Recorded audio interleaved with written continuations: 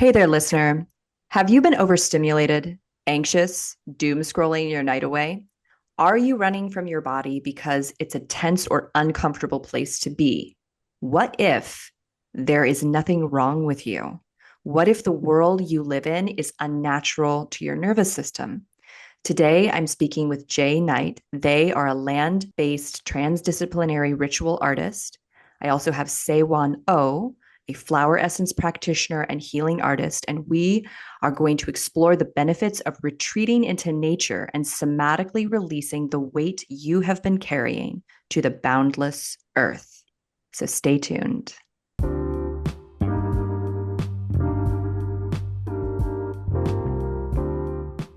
Every day there is a forgetting, and every moment there is the possibility of remembering.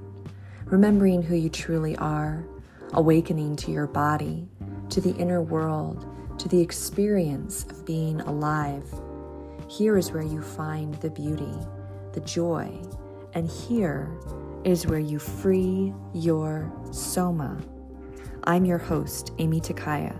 I'm here to help you move from pain to power, from tension to expansion, and ultimately from fear to love.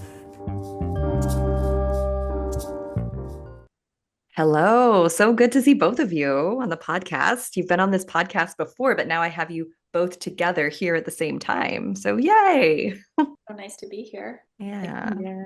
Yeah, you were both here last season. I had a beautiful interview with you, Saewon, all about the somas of plants, right? And the vibrational energy, plant medicine, in a way. It's a very gentle plant medicine that you use and practice with, right? And connect to.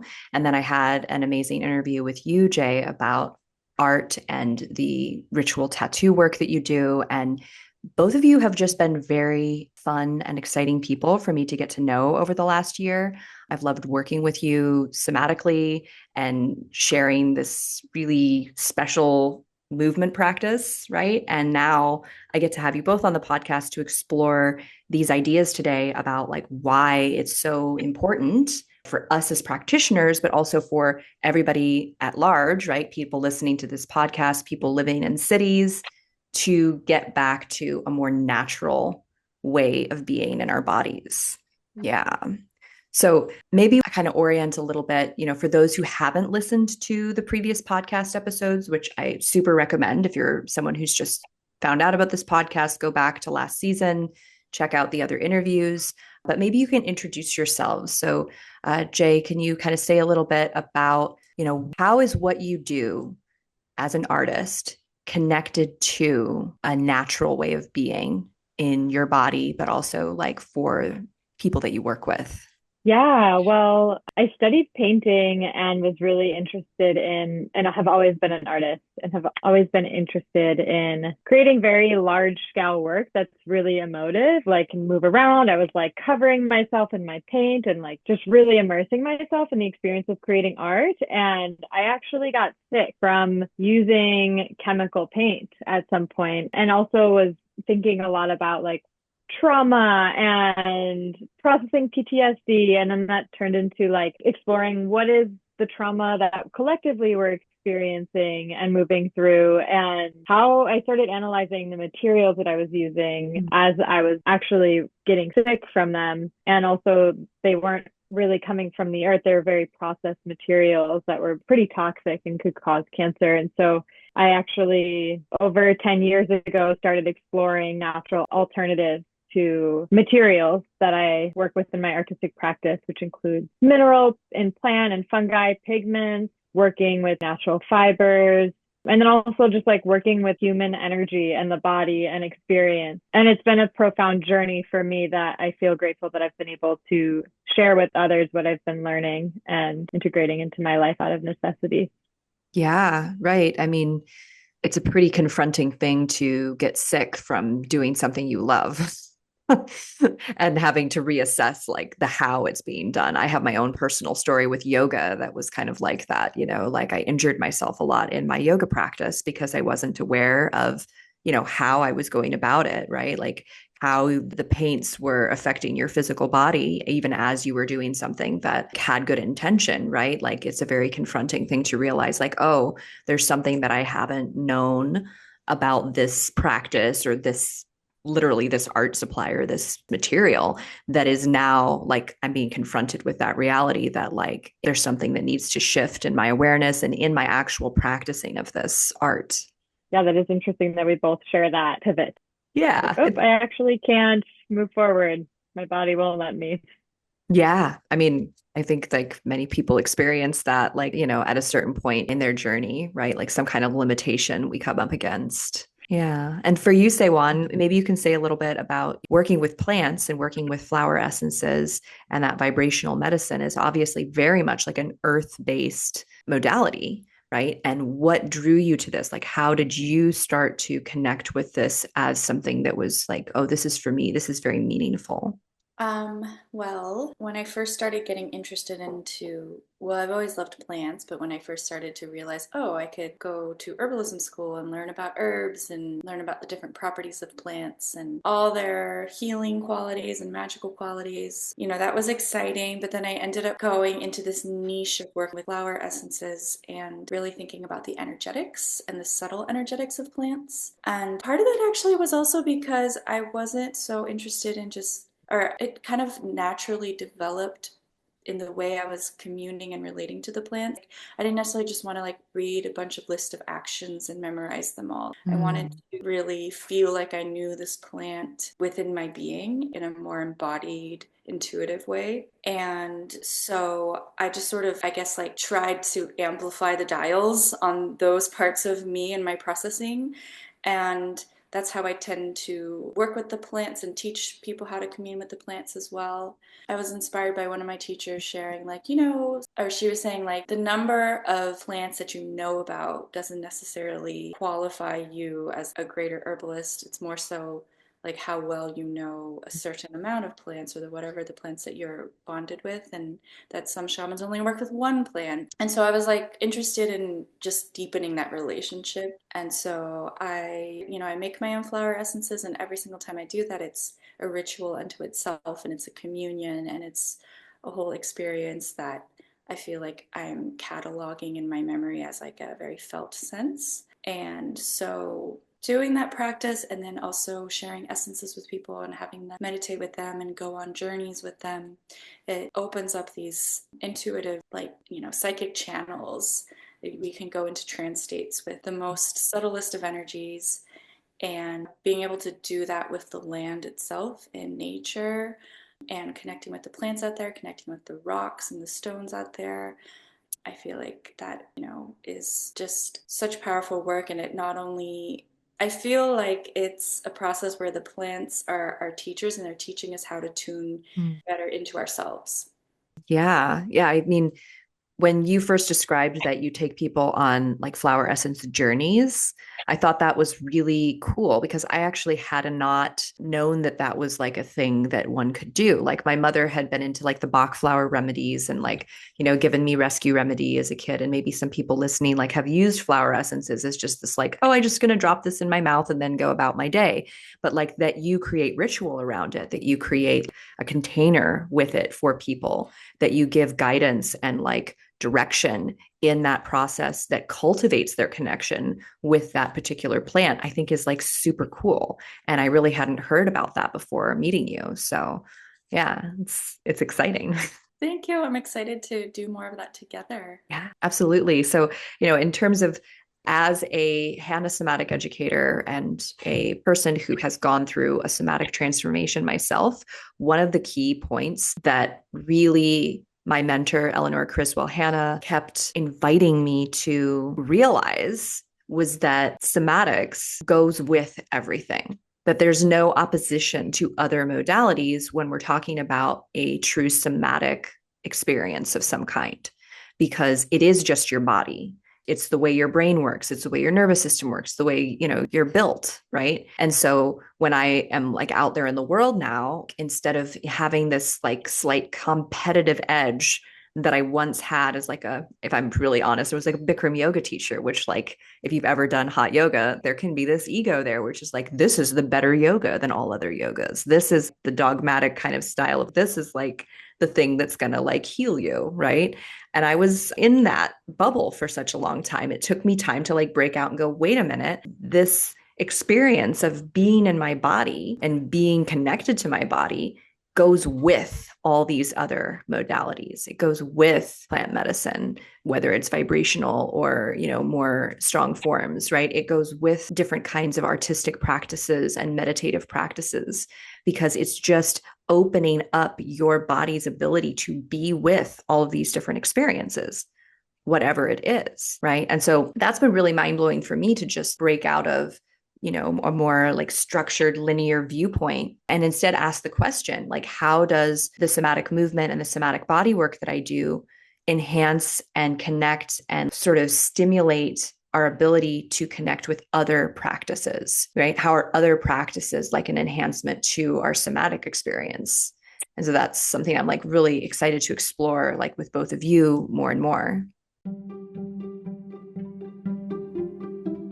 Did you know that your muscles are holding on to thoughts, memories, and feelings? If you have a tight neck or back, you're not just getting old, you're experiencing a buildup of tension from the life you've lived. Most people don't know this, but there is a part of your brain that can reverse and prevent chronic tension. When you relax your muscles, you not only move better and regulate your nervous system, but you also free yourself from the grip the past has over your body. So you can live with freedom, confidence, and enjoy your life now. How does that sound? Join me, Aimee Takaya, and discover what my clients are raving about at youcanfreeyoursoma.com. You both have done this somatic work with me. So how does the somatic movement, right, the somatic body work that you've both experienced with me, how does it connect to your other practices? Like, how does it connect to your chosen modalities? Like, what has becoming more somatically aware in your body shifted or, opened for you when you are guiding others or practicing your art and your work yourself? Yeah, that's such a great question because I feel like your work is has been so transformative on so many levels. I mean, on the most basic, just feeling good in my body. Like I had suffered from pretty chronic like tension in my body for a really long time. And it just felt like something that was just sort of omnipresent in my life. But you've really taught me that the body can literally release that. And I don't actually have to be in that chronically tense place anymore. And so it's just in general brought more ease and pleasure into my life. And that, of course, helps me to get out there more into nature and to feel more in my body doing anything that I'm doing. But I also, something I've been meditating a lot is just this principle of contracting and then releasing. And I'm just noticing I'm applying that pattern to a lot of things in my life as well. And, I also do hypnotherapy work. And so I feel like applying those principles to the way the mind works, even around the ways we contract and hold on to Mm. ideas or thinking, and then being able to, I see it as like going into a maximum and then surrendering into another form of maximum of deep relaxation. And it's bringing me a lot of trust in the process of things and helping me to let go more, helping me to be more in the flow, which in general just helps me be more creative. So I feel like it's just been supportive for so many different things in general of just how I show up in the world. I love that. Yes. And it's kind of a wild thing because for those of you who are listening to the podcast who've like never experienced this type of somatic movement, it's very subtle in the beginning, right? In the beginning, it's like, am I even doing anything? Like, how could this help my neck or my back or those tense places that I've been rubbing like a foam roller against or like doing these intense deep stretches? Like, how could this tiny little movement do anything at all? Right. But then it does. And the more that you practice this, it's not really subtle after a while. It's like very real. It's like, oh, I feel all this tension in my back or my neck because of something I did or some, emotional experience I was having. And then you do your little movements and it's like your body knows how to let go. Right. So I like in the beginning, I've had people describe the movement. They're like, this is like homeopathic movement. And I was like, I like that. I'd have to Yeah. agree. And in the beginning, when you're not familiar with flower essences or homeopathy, it can feel like so super subtle. But then the more you work with it, your sensitivity increases. It's not so subtle anymore, right? Yeah, I just think there's similarities there of just bringing importance to the subtle, and it's almost like the more subtle you can get, actually, your awareness begins to expand and it's not so subtle anymore. Totally. Yeah. Jay, what about you in terms of how like the somatic practice? Because you actually already were familiar with the term somatic when you met me, and in terms of like, I mean, Saewon was as well, but in terms of having had other somatic practices that you were introduced to, or even people that you had learned things from, what was so different about this compared to what you had already done? Yeah, the somatic work that I was engaged with before I was introduced to Hana Somatics through you was somatic experiencing, which was a lot about just like cathartically moving emotion and like revisiting moments of trauma and like allowing my body to release them. And it was a very like, it was a container and it was very intense. Like a lot would come up and then it would be like a lot of integration after that, which was extraordinarily helpful. And this feels like something that's more easily integrated and also does release trauma because there have been moments where I've been working, like when I was in, was it Revive that I Mm-hmm. was in, Yeah, yeah. where I was really releasing a lot in my hip and I actually opened up suppressed memory. And so it's interesting that like working within the subtle actually has the same capacity to find those experiences through just following the body's tension and releasing rather than like going into a story and then kind of pendulating and like they're both valuable, but this it felt like finding it through my body without a Mhm. story attached to it. And I think in general, having this practice in my life now is just really regulating for my actual body because of the work that I do as a hand poke tattoo ritual artist. I'm in this position all the time. And also, my client is in a position all of the time where maybe like just having a moment to reset. And I do like neck resets with my clients and like also just on my own when like in between because that work can be really intense. And like same with I think my wild practice when I'm like in the forest, like cutting vines to then like pound into fibers that then become paper, like it can be a really physically intense process.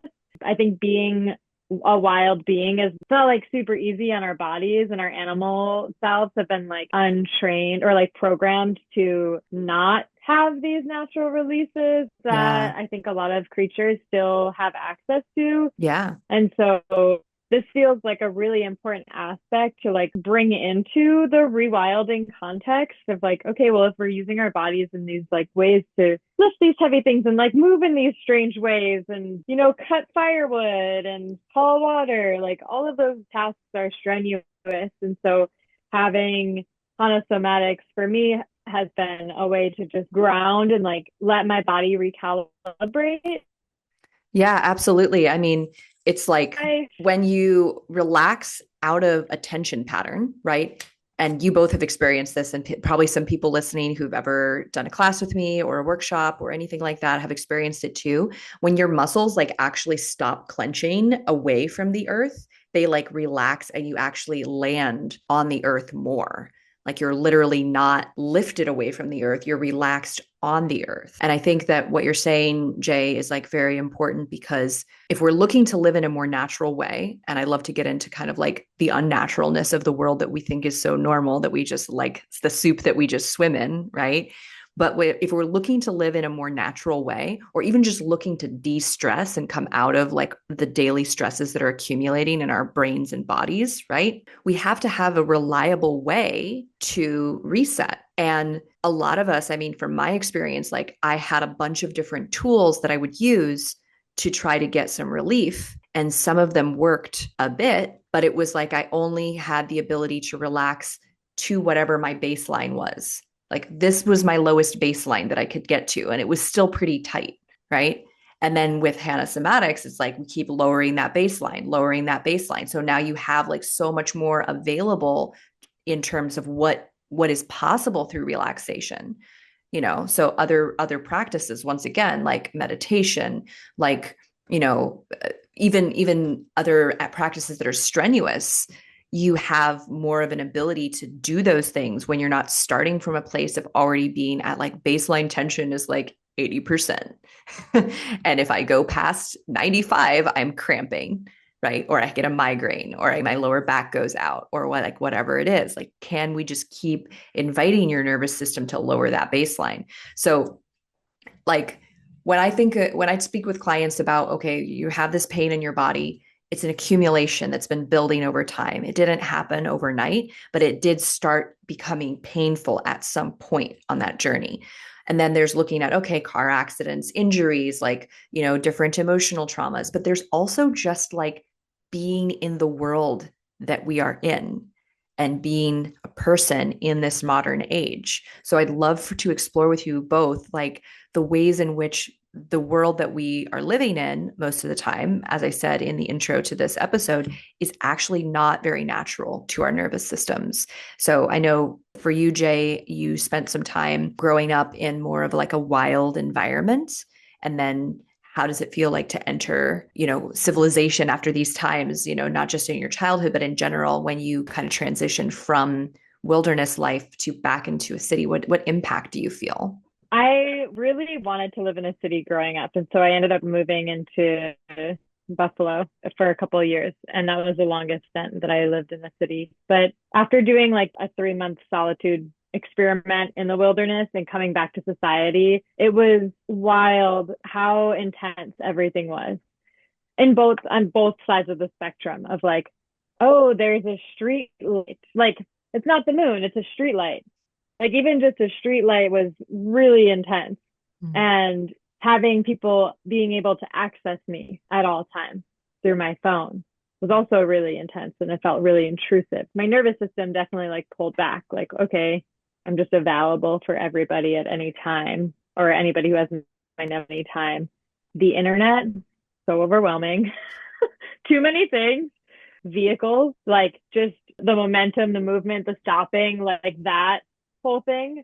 And then on the other hand, it's like, oh, running hot water. Like, I don't actually have to gather water and then gather wood and then make a fire and then move all of that water into a place where I'm going to bathe. So I think that there's like definitely ways in which our society has made more comfort for us, shelter, heat, and food. And also at the same time, like in the outer world, the movement and the fast pace and the lights, like I think all of those things, especially like going from that 3 months in the wilderness to like coming back, it was really obvious like how much input I was having to process through like have an extra filter of like, oh, this isn't just like wind, water, air, fire. This is like advertising. Like, oh, I have to But to like process take that, in yeah. that billboard. Like, Uh-huh. Or just the collective energy of like a bunch of people all in like the density of one area. I love what you're saying because there's this term that I use a lot when talking about like our nervous system, and it's habituation. So we make habit, like anything that we're experiencing regularly, our nervous system gets used to it and makes it habit, makes it invisible almost. It's like when you first put, I don't know, your underpants on in the morning, if you wear underpants, right? Like you feel them on your body. They're like a little pushing into you. And then as you go about your day, like you don't feel your underpants anymore unless they're like really weird or uncomfortable, right? Like they just become invisible. That happens to us as well when we live in cities. We grow up and we are maybe living in a dense area our whole lives, and our nervous system as a human body gets used to that. But just because it got used to it doesn't mean that it's your natural state.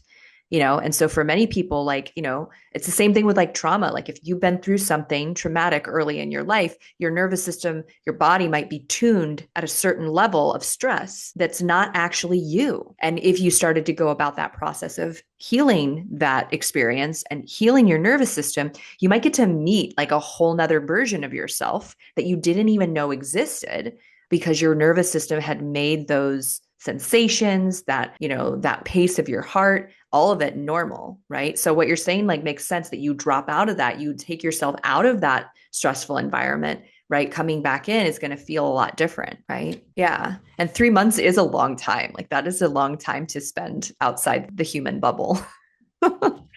Right. And, Yeah.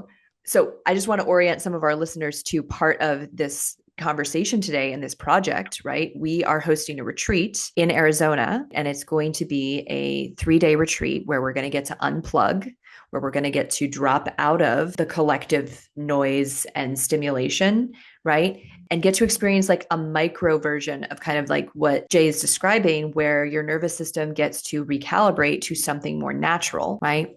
So for you, Saewon, like when you think of the value of, like you said before, connecting with the land, connecting with plants, the flora, the fauna, the rocks, the trees, the environment of a space, and how does that help your nervous system, or people who you work with in general, help their nervous system drop out of the stress of like all the stuff that we're constantly like affected by? Oh my gosh, so much. It's so true that we just get acclimated, right? And that's our coping mechanism. And that's how we survive in this world. And it kind of just shifts our bandwidth so that we're focusing more on like the loud and the heavy and the intense, and everything else gets relegated to this realm of like subtle and like almost invisible and non-existent. But the reality is that we as humans, it's natural for us to commune with plants, to be able to intuitively tap into the plant world and the earth and greater wisdom. And I always like to remind people that, this is not something that only certain special people can do. It's like our innate birthright. It's how Mm, we're wired, but yeah. it is how we're wired, but we're just, we've been coping because we've been so traumatized by so many things ultimately. We've just been shaped. We're having to focus our attentions on only certain stimuli. And so I find that the plants, in combination with literally just listening, like creating a space where we can just tune in and listen, and can allow us to open up caverns of our psyche that already are there. We're not creating something Yeah. new. Like it's like remembering, Yeah. it's reassessing. And I do find that doing it in groups is helpful because we are interconnected beings. Our nervous systems are wired to connect with one another.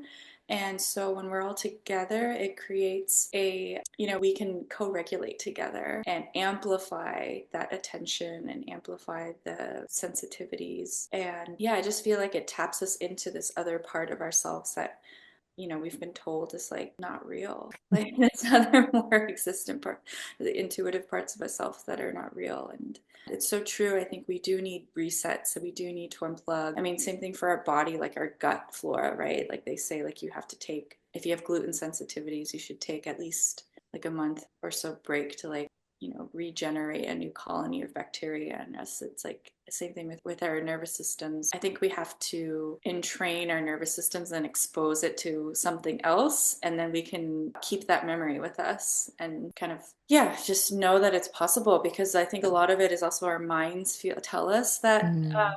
create limitations for us on how we can feel, on and how capable we are of yeah, tuning in and receiving and just being in a different way. Yeah, well, I mean, our mind, I think of my mind is like a protector. It's like always trying to like protect me, and look out for things and like analyze stuff so that I'm best prepared for things, right? And so when we are tuned up in our nervous systems, when there's a lot that we've taken on consciously or unconsciously, right? Our mind can get very like rigid and defensive and like not very open to the different possibilities that there could be. And I find that as we're somatically releasing, like especially in this movement practice, there's more possibilities that like open up. And so that's why okay, I just did this somatic movement practice, I'm opening more to like what's possible for my nervous system to experience. And so then the idea here, in a retreat setting is like now we have these different spaces and offerings. We have these different things for you to engage with now that there's this opening and this more possibility, right, of what could be experienced in yourself. So I'd love to explore, because we, as we were collaborating and talking about creating this experience for people together, we came up with this term, boundless earth. And I really loved this phrase. And I feel like we all connected with it like right away. And it's this idea, I think, of like, we are so bound in our daily lives. Like you said, Jay, like people are just available. Like someone texts you, they think of you or whatever, and they text you, and then they're like waiting for your response. It's almost like this little energetic cord that's just been like created in your direction that is like now on you to like do something with.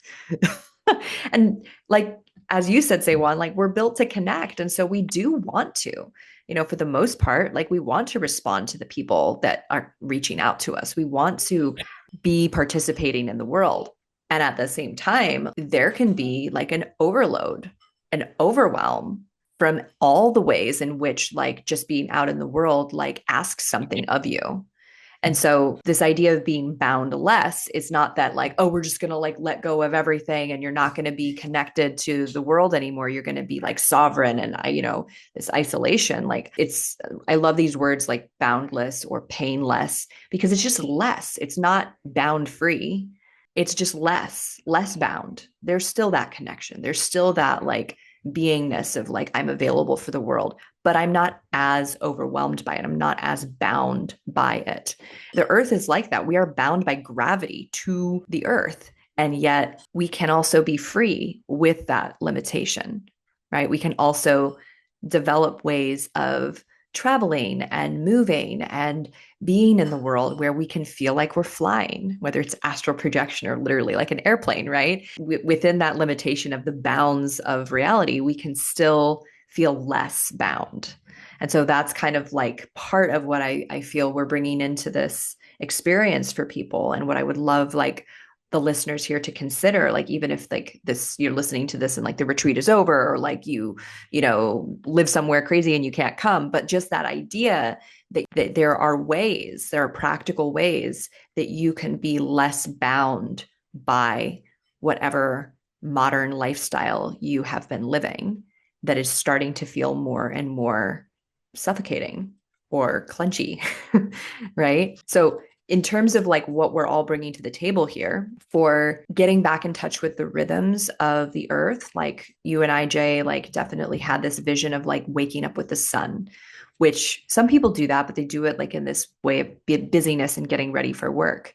Both you and I have attended like meditation retreats, right? And sometimes at like a meditation retreat, you wake up like really early and you meditate first thing.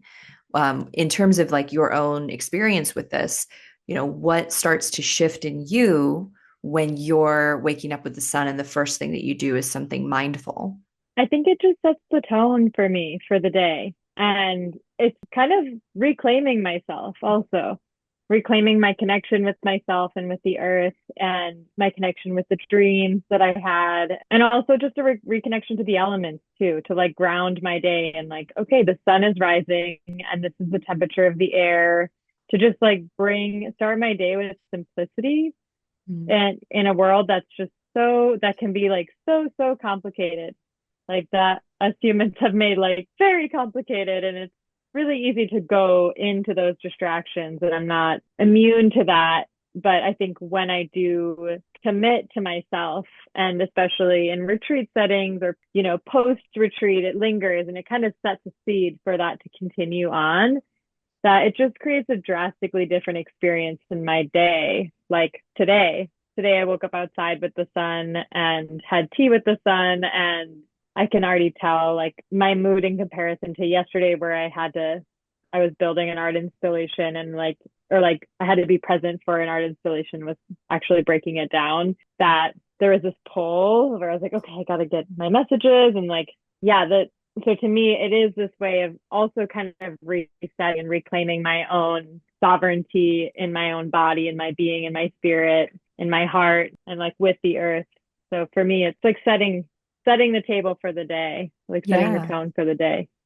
Totally. I agree. And also when we wake up, like we're in this liminal space for a while still. Like if we allow ourselves to be, if we don't immediately jump into like the stuff we have to do, but like let ourselves kind of be in sleepy mode, right? And there's like value in that. So in terms of like, the offerings that you're bringing to this retreat, Saewon, like how do you feel that when we are more in rhythm with the earth, what opens up for us on like a energetic and vibrational level? I think to put it simply, it's just greater aliveness. And I keep coming back to this word, but our intuition, like our other senses, our deeper knowing, our wisdom, I think all those things are natural within us, but they get so hijacked by the way our world is designed. There's just so much predatory capitalism out there. Mm. And so, even, I know one of the things sometimes a lot of people talk about struggling with is like trying not to like look at your phone first thing in the morning. But I love thinking about Jay first thing in the morning, communing with the sun and the elements and receiving that information. Because when the word boundless, I think of alive and abundant and infinite, like this true regenerative life source that we can feed our living bodies with. But if we're immediately tapping into this other force, that is actually designed to extract from us Mm. and slowly kill us inside and like take away our attention, take away our mindfulness, we're kind of becoming like, food for this other entity, Mm. and so I think that's why there is so much talk about sovereignty these days, because there's literally so much parasitic death capitalism around us and its only intention is to extract and to profit. And, that's the big shadow and enemy that in our world right now, and that we have to build up strength against. Yeah. Continue to remember, like, hey, there's this other life force there that we can plug into. There's this other aliveness. There's regenerative practices that we can engage with. And so I think that for me, like, the plants have been such a teacher and the earth has been such a teacher. And I'm learning more and more that it's so simple to unplug from one kind of thinking and existing. And that subtle shift can tap us into this whole other cavern of remembrance within us. And if we can tune into that and use that as a compass, then, even though we all live in this crazy world, like we can maneuver our way through it. Yeah, beautifully said. And it is so Mm-hmm. true, like describing like that cord or that need that just comes off of like our cell phone and like sucks us in. Yeah. Did you have something to say about this, Jay? Oh, I just feel like you articulated that so well about just how extractive our culture is and how there is like this other form. Yeah, I was just feeling like grateful that you brought that into the field because phrase keeps coming in for me in different groups that I'm a part of. And like what you were sharing, Saewon brought it back for me. And it's moving at the speed of relationships Mm. rather than at the speed of get shit done. And to me, that applies so much to like plants, like relationships beyond human, like all the ways that we relate to anything, like moving at that speed. Yeah, I really like that. I love that because, yeah, it's not just, it's like seeing everything as living phenomena all around us. And so relationships with everything around us, including people, it's not just creating a divide between what's nature and what's human, or what's nature and yeah, I get that phrase is so amazing. Yeah, Moving at this, go ahead. I think my friend Krieg offered that one to me. And it also, yeah, it reminds me of de-anthropocentrizing our process, like during this time of like major Anthropocene and also like mass extinction collapse. Like, how do we like counter that? Right. Because when we feel that like pressure, kind of going back to this pressure that you might feel internally by living in a world that is not designed to calm and soothe your nervous system, but is designed to kind of aggravate things so that you keep busy, right? Get, as you said, get shit done. And Mm-hmm. like, what is it like when we are kind of in that space of recognition? Like, oh, this isn't me. I am not this. I am not this like stress. I am not this like anxiety, right? And who am I then? Who am I when I drop out of that? And that's like such a powerful question to not just ask, but experience the answer to that question. Because sometimes there are no words, like we can talk about it, but it's an experiential process to be with who am I when I drop out of that vigilant state, out of that running, chasing, get shit done person, right? Yes, wow. And it does require a lot of time and space to uncover that. And I love that back to relating, at our retreat, we're going to be doing all kinds of relating. Like we'll be relating to the earth, we'll be relating to our bodies and relating to one another. And yeah, I just kind of had this thought when you were talking, like how in general, I feel like we're, because the world is the way it is, That forms a negative relationship with our external stimuli because there's so much we're having to fight against or protect against. And so we're in this constant fight or flight, really. And what a gift to be able to take ourselves away from that and then to take off that armor and then reapproach the relating with all the things I mentioned from this safer place. And it's like, wow, who am I without all my protection? That's like a Mm. huge discovery that people are going to get to experience. Yeah. And I mean, I think of these kind of, I've been running retreats now for several years, and it's like what happens in a retreat for you on a personal level is a beginning of something new. That's what I've seen over and over with clients and people who've come to retreats, even a day retreat, but especially when you have several days to unwind and drop out of the patterning that you've been stuck in, right? It is an opening. And what opens for you is not just happening those 3 days, it kind of opens over the next year of your life. It's like there's really big and massive shifts, you know? Like I had one client who is an artist, and they came to a retreat and were very contracted about their art and were very fearful, especially when it came to like their music. And like it felt like this big ask to like share their music with other people. And a year later, this person is recording with professional musicians in front of other people. And I was like, hey, do you realize that you planted a seed for this last year when all that stuff came up at the retreat about not wanting to be seen and heard, and you somatically like were with that and experienced it and were conscious of it instead of it just being this noise in your head in the background all the time. You like let it be known, and in letting these things be known, they start to dissipate, they start to shift, they start to open without any force, right? And a year later, like you're doing something that you couldn't have even imagined yourself doing last year at the retreat. Or if you did imagine it, it was like this really scary thing. So that's just like one example. I'm sure if you think back on retreat experiences that you've been through, it's like you step into this new vibrational energy of your own energy of yourself. You connect with that, and it's not as easy to forget it. It vibrates out like in ripples, like through the rest of your week, your year, your month, right? Like, do you guys have something to say about that, like on a personal note, like something you've experienced like that? Yeah, it really it's the way you describe it, it's really like opening up a portal and just stepping through. And once you have created that deep of a shift within yourself, there's really no turning back. And then the integration process itself is also very profound. But I think that that seed planting and that being in the depths and finding that shift within is so pivotal because that's closest to the core. And so, similar to hypnosis work, like if you can do it in the subconscious, Mm. then that will then ripple out into the manifest world. But if you're trying to create change in the more conscious, like exterior realms, like, and then there's something under the surface in the subconscious that's preventing you, whether it's a limiting belief or, just like some internal initiation that hasn't happened, An internal clenching.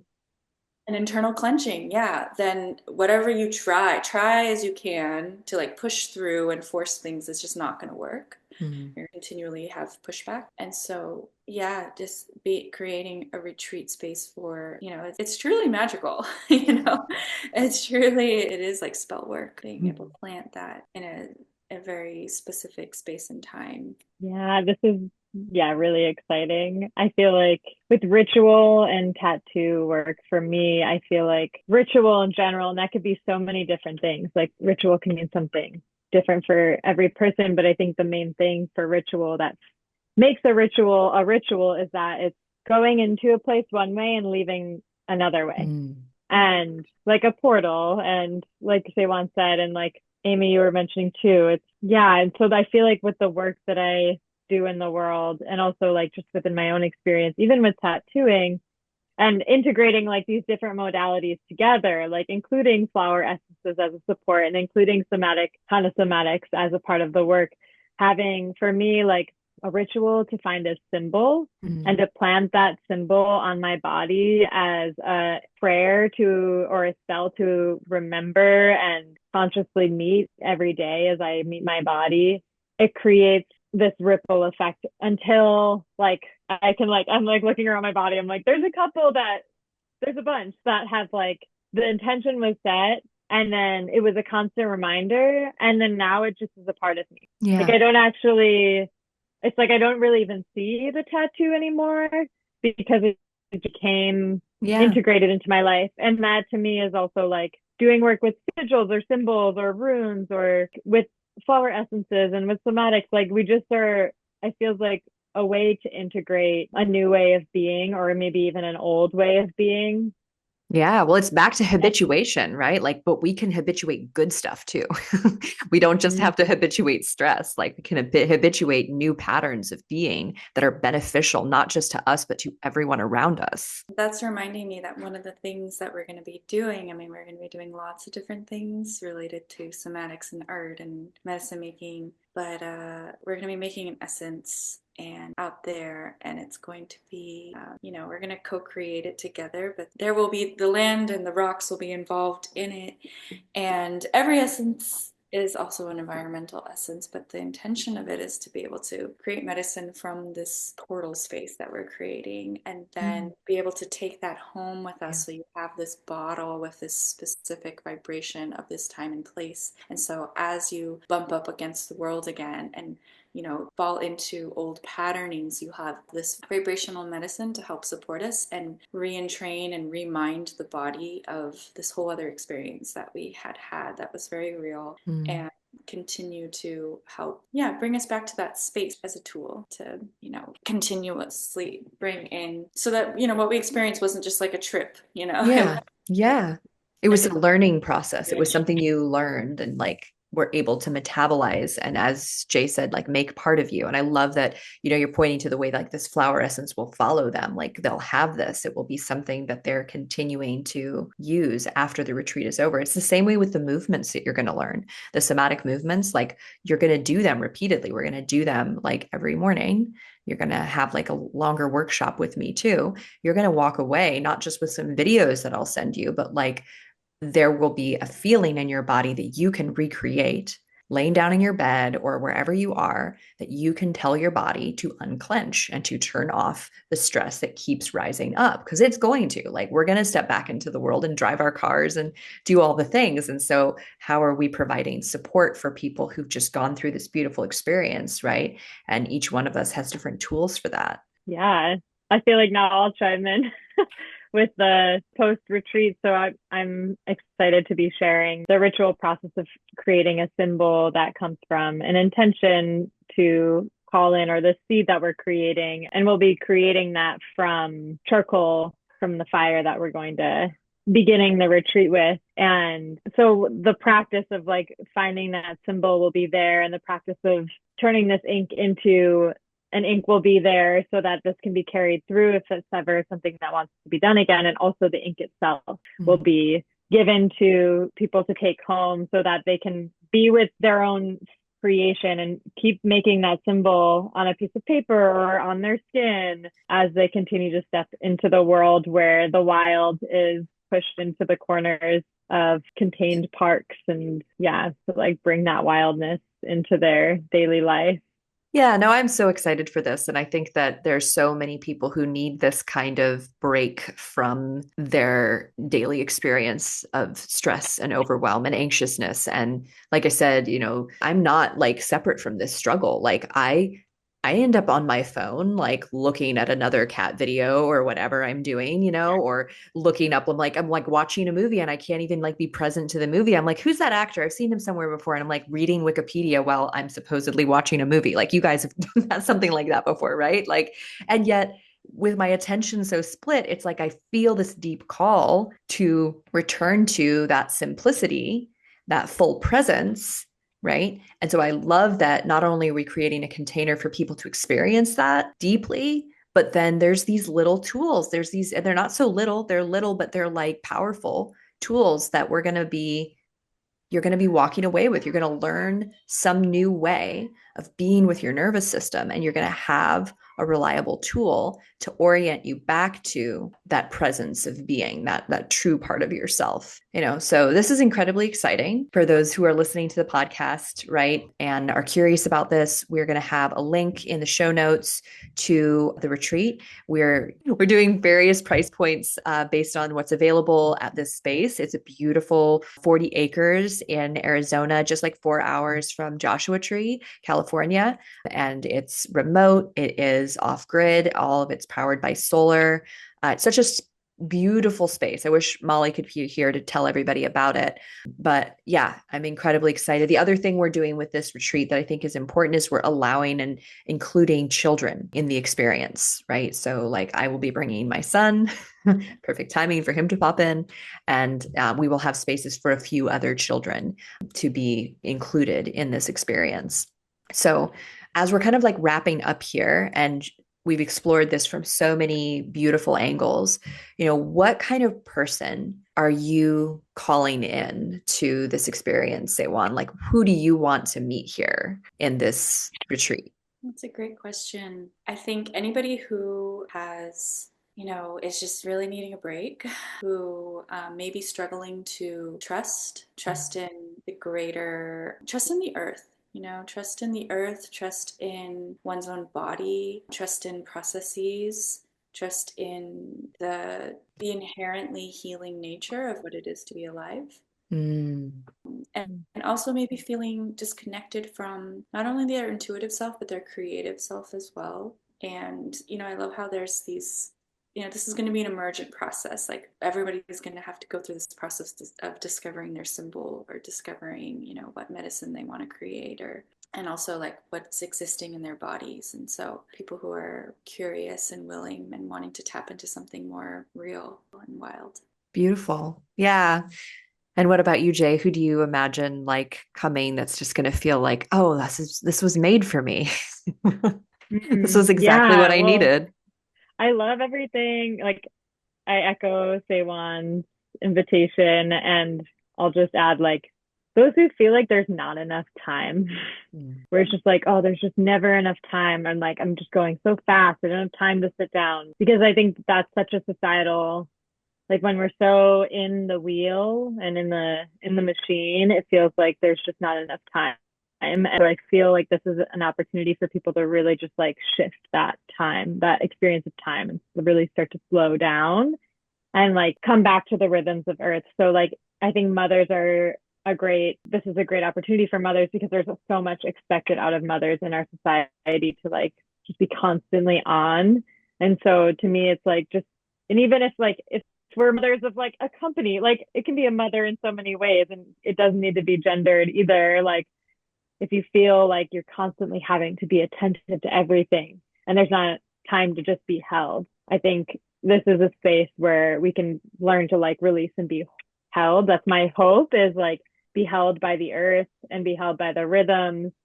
And then this thing came up. It's like if there's this little tiny voice inside of you that's like, I just want to go to the forest, or like we're not going to be in the forest, but like I just want to be like under the stars near fire. Like I just want to be dancing. I just want to be weird, but there's no space for being weird because I'm like living in this suburb or city or whatever, like working in this office building. Like, do you want to like reclaim, if there's someone who's like, I feel like I'm weird, but I just don't know how? I think that this is a great space for that. And that can be whatever it wants to be, like even just the way we move our bodies when we're dancing, or the way we're painting, or the way that we go for a walk, all of that. So yeah, I'm Yeah. excited to meet whoever decides to join us. Yeah, whoever says yes to this experience. And yeah, it's always such a adventure to create a retreat or to create an experience for others, because you simultaneously are creating something for yourself too. Like we are creating this for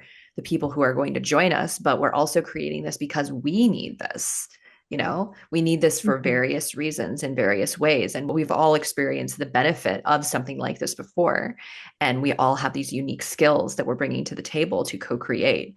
And so, yeah, for anyone listening who's feeling called to this, You can add us. So you'll find us on the show notes. Add us on Instagram, reach out, ask questions. We are here and available to answer your questions, to interact and learn about your specific needs, right? Or what kind of experience you maybe have at previous retreats, for better or worse, right? Because this is really an opportunity for us to pay it forward, right? The skills and the things that we have cultivated at this point. We're here on earth to give back. Once we have received what we, once we're full, it's like, oh, I have more to share with others. So beautifully said. Yeah, Mm-hmm. wonderful. Well, any last words of wisdom or anything you'd like to add before we sign off today? I just want to add that it's going to be so fun and I feel so excited. and, and I love that potentially we'll have children with us and I just feel like it'd be a chance for us to like be in our own inner child as well. And play. Yeah, I'm also just feeling excited to see what unfurls in this. And yeah, how witnessing myself and also witnessing all of those people coming in. I love how we can see how someone comes into this space, including ourselves, and then feel like the power of the container of like, oh my gosh, the difference between the beginning and the end. And then ongoing and how that integrates. So I'm just looking forward to like witnessing that transformation. Yeah, absolutely. Oh yeah, and you'll be leaving with the flower essence, with the ink, and also with a somatic movement class, because how I do all my retreats is that you have an integration class with Zoom with all the people who are at the retreat, right? Whoever's available. That's something we do post retreat at all of my retreats because it's important, especially if you've spent like 3 days with some people and, some facilitators and you've opened stuff up, like let's check back in and let's make sure that you are integrating this well before you're just, no longer in the fold, so to speak. So yeah, I'm absolutely thrilled to be co-collaborating, co-creating with both of you. And for those of you listening, connect with us. We'd love to hear from you. And yeah, enjoy the rest of your time in your daily life, knowing that there's opportunities. There's opportunities to let go of the stress you've been carrying and come back into your true nature and back into the earth.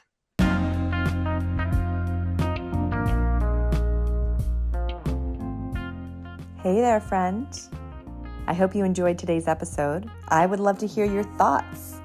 Follow me on Instagram at Aimee Takaya and send me a DM about this episode. I'd like to thank you for being part of this somatic revolution. And if you'd like to support the podcast and help more people learn about somatics, consider leaving a review or a rating. And finally, if you'd like to have the experience of relief in your tight hips or back and learn to understand what your body is really saying to you, visit youcanfreeyoursoma.com. I can't wait to share with you what is truly possible. Bye for now.